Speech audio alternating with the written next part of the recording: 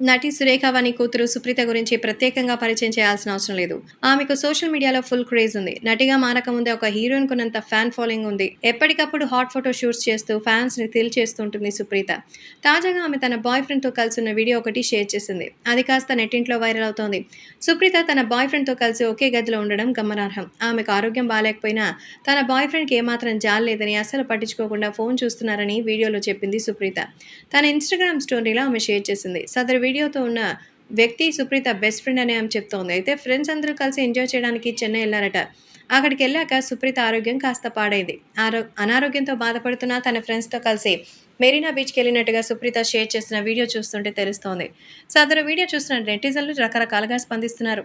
సుప్రీత ప్రస్తుతం కెరీర్ పరంగా చాలా బిజీగా ఉంది. ఇప్పటికే యూట్యూబ్‌లో మ్యూజిక్ ఆల్బమ్స్, షార్ట్ ఫిల్మ్స్‌లో నటించి మంచి పేరు తెచ్చుకుంది.